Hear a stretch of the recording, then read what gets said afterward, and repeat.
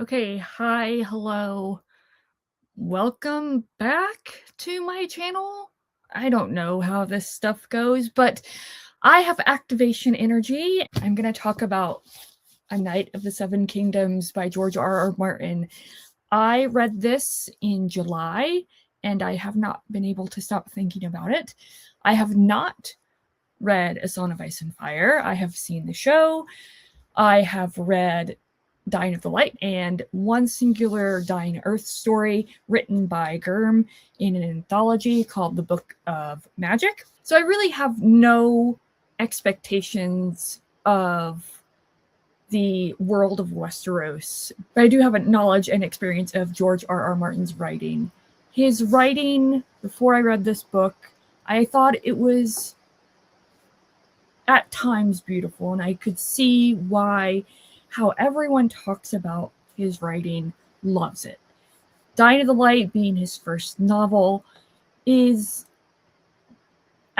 it was written in the 70s, so it feels very of its time, but there are so many glimpses of what his writing becomes as he writes more. Going back to this, because this is what I want to talk about, however incoherently. A Knight of the Seven Kingdoms is a collection of 3 novellas that... Let me backtrack. I'm probably going to say things that are completely and utterly obvious, things that have been talked about ad nauseum and to no end on the bookish internet, but I'm just going to word vomit my feelings and my experience with this collection of novellas, because otherwise I'm just going to talk myself out of not talking about this book and about really any book, let's be honest.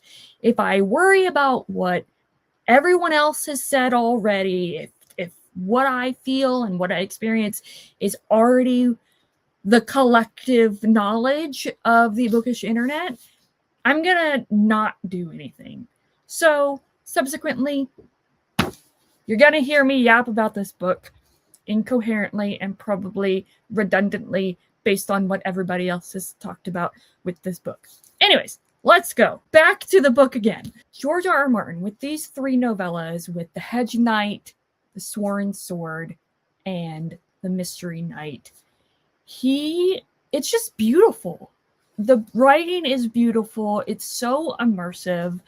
And on top of it, maybe the most important thing of all for me as a reader is Martin evokes and conveys the chivalric romance of the time period in which he is taking inspiration from.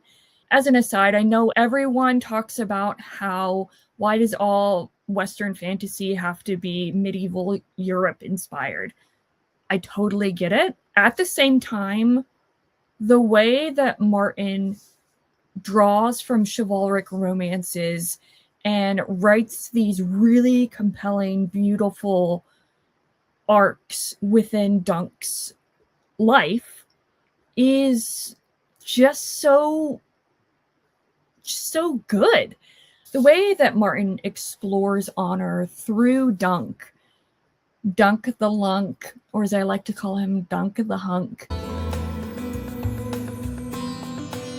is so charming and so believable and so genuine that you can't help but fall in love with the story, the characters, and be invested in what is happening to them. In The Hedge Knight, the first story or first novella of this collection, we're introduced to Dunk as he's trying to become a knight. And he's trying to not even just become a knight. He is a knight in everything but name. He is honorable and trying to be honorable and uphold honor. And in The Sworn Sword, he continues his livelihood as a knight, as an established knight.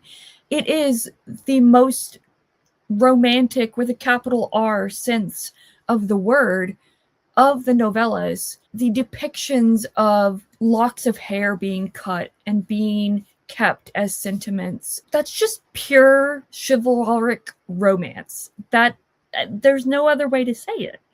And then in the Mystery Knight, it is the most, I feel like, a Song of Ice and Fire, Westeros heavy novella.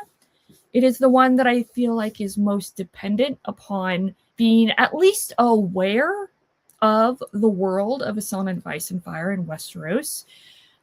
As someone who has not read the books, but someone who has seen the shows, I am obviously aware of the world itself, so I can't really speak to how it would be reading these novellas, and specifically The Mystery Knight, without having read the Song of Ice and Fire books or seen the show. But having not read the books, I did feel that there was a little bit of disconnect for me, because there was a lot of dependency on understanding the specific houses. There's a lot of subtext written into the page and between the lines of each reference to a particular character or particular houses that I imagine I will see as I read A Song of Ice and Fire. And it's something that I'm looking forward to coming back to and rereading to gather even more depth and enjoyment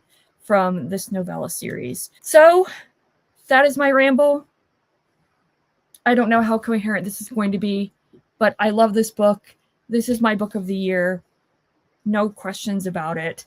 Might it be a basic choice for book of the year? Debatable, but it for me is a worthy one, and I love it.